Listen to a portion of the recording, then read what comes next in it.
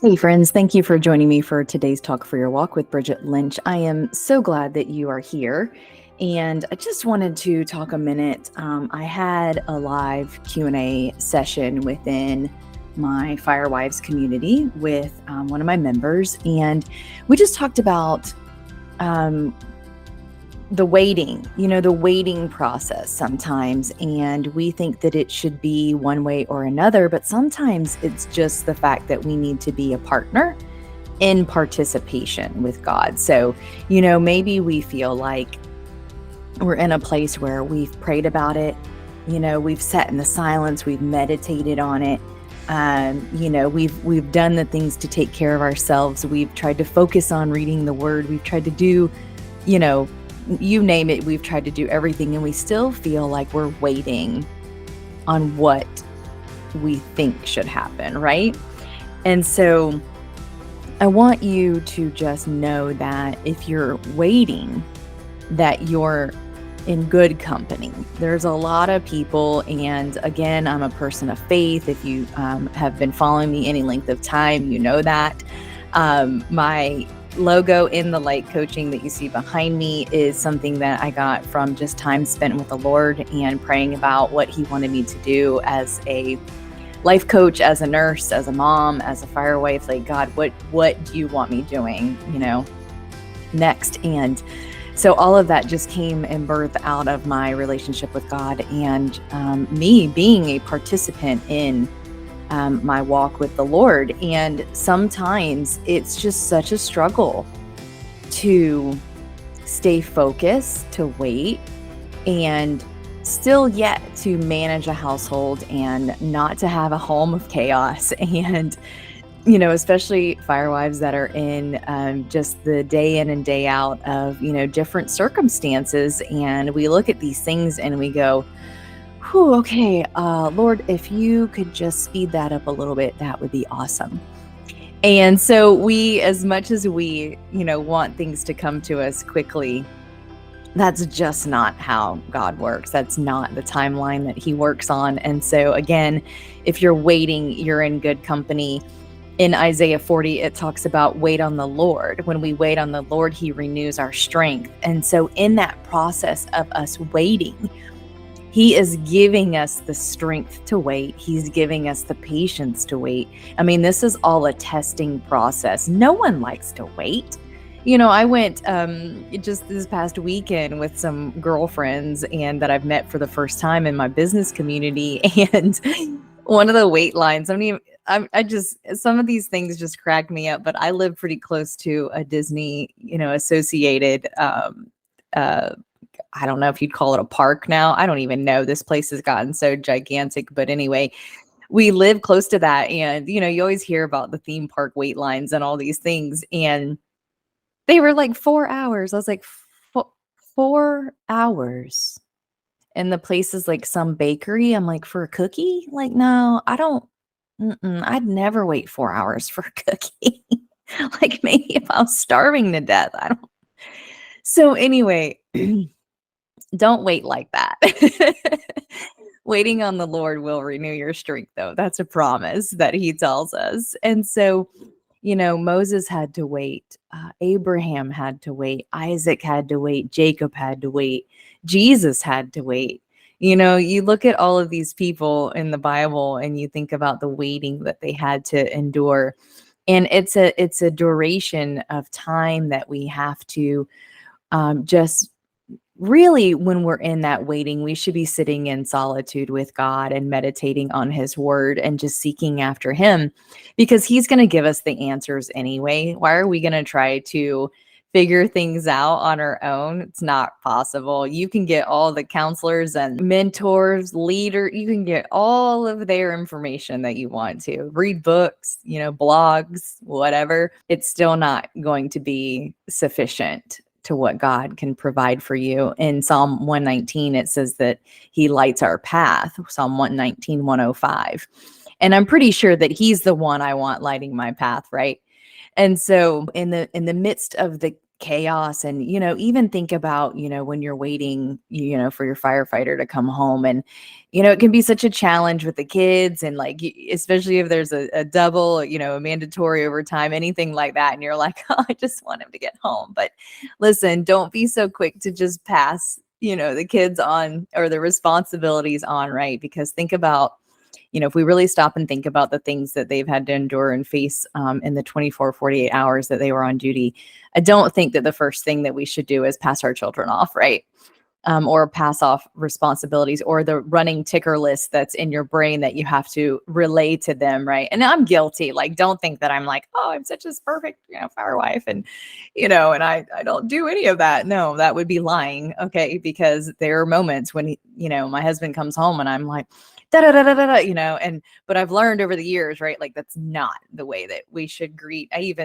We're even working on the dog, like not attacking him whenever he comes home, right? Like, I just want him to come home to a place of peace and rest, and not like, the chaos doesn't need to continue at home, right? It needs to be a place of peace and hope and joy, and, whatever you have to do to work on yourself to be better, so that whenever, your fireman comes home and you receive him, into the home, whether it's when you get off work or whatever, like, don't give all that you are. If you are a person that works outside the home, I work inside the home. I know some other people that work inside the home, but if you go to work on a daily basis, don't give all that you are there, so that all you're doing is, when you get home, is giving your family your leftovers. Nobody wants leftovers. I don't know too many people that will eat leftovers. Like, I do, I don't mind, but there's a lot of people that will not eat leftovers. So if you even think about that analogy, like, why would you give your leftovers to your family? You don't feed them leftovers, right? I mean, sometimes you do, but that's not the first choice, right? You don't go, oh, hey, no, you make a hot meal and then you have leftovers. So don't let the first thing that you offer to your family be the leftovers, right? So, when I come to the table of Jesus, like, I want a hot meal. If something's supposed to be cold, that's different. But like, I want to come to the table, and what I'm feasting on is a hot meal. And so, when you think of it in that light and in that perspective, maybe there's some things you're thinking about and you're like, whew, when I come home, I do run on fumes or leftovers, and I just want to flop on the couch and fall asleep. But our responsibilities don't end when we walk in the door, right? Like, maybe you do need that decompression time where you take 10, 15 minutes to yourself, wash your face, use the restroom, whatever you need to do. But take that time, say, hey, I need a few minutes. Okay, no problem. But make sure you're communicating that. Like, don't just go shut yourself off for 15 minutes. Don't say anything, because then that's going to cause a whole nother issue, right? But just know that your strength will be renewed when you wait on the Lord, you go to him, you take these things. Like, you're not supposed to carry these burdens around, right? And that's another topic that I've heard recently, is that we are not designed or created to carry the burdens that we hear about and see on a daily basis.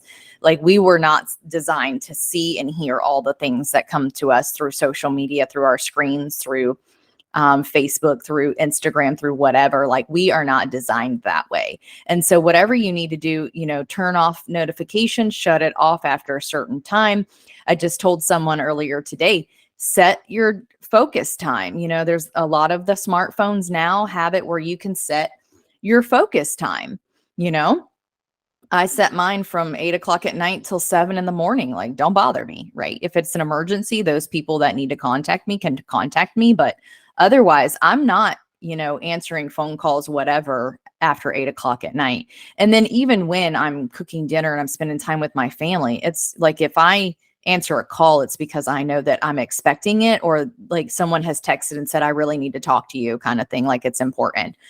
Those are things that that's an individual base by base cases. I mean, case by case basis. There we go. And so, just be aware of those things, be mindful of those things. And because I know that I want to create a home with an atmosphere of peace and calm and tranquility and harmony and all of those ideal words, rest, right? In Psalm 23, it talks about God leading us beside still waters into green pastures. He's a good shepherd. He does that. I just think about like a flowing river that's like the trickly brook sound that's on those white, noise machines, and those trickling brooks and like the greenest grass you've ever seen in your life. Like when you look at pictures of Ireland and, all those kind of places, like it's not here in Florida, we're all dried out. So anyway, I just think of like laying a blanket down and just taking a rest right there, right? When it talks about he leads us beside still waters and he gives us rest.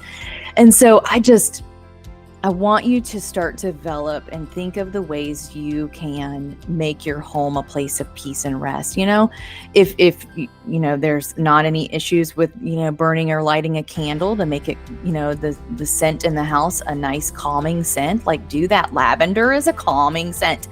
And so, light some lavender in the house, do different things. Shut the phones off after a certain time, shut the TVs off after a certain time. You guys just read, you or your kids or, whatever.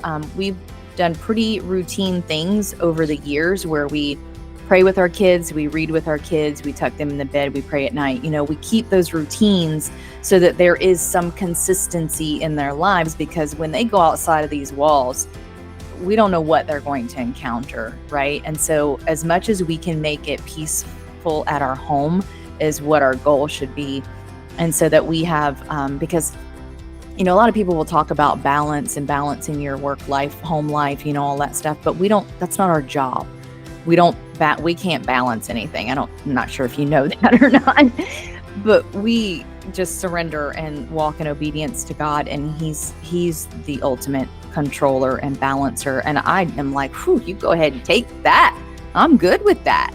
I don't want that responsibility. I'm glad somebody else has it, because it's too much to handle, you guys. And if there's something in your life that's causing negativity, toxicity, draining you, then figure out a way to get rid of it. Turn it off. And I know you're probably like, that's a person. Okay. Sometimes you got to love people from a distance, and that's okay. I'm just saying. So, figure these things out, lay them out, write them down. I have a journal. I write some stuff down. I keep a journal, and some things I just journal out, like, what does that look like? And I map it out and write it out. And, those are the kinds of steps that we need to take to have a healthier, better me, so that I can have a healthier, better home. Right. And so I hope this has encouraged you today. I hope that you have a better concept and realization of what that waiting period may look like for you. And if you have any questions, you can hop on over to my website, inthelightcoach.live. Get on my email list. You can email me anytime. I'll get back to you, try to get back to you within 24, 48 hours. If it's over the weekend, it's not going to be until, Monday, business work days kind of thing. So I look forward to talking to you again, and thank you for being here.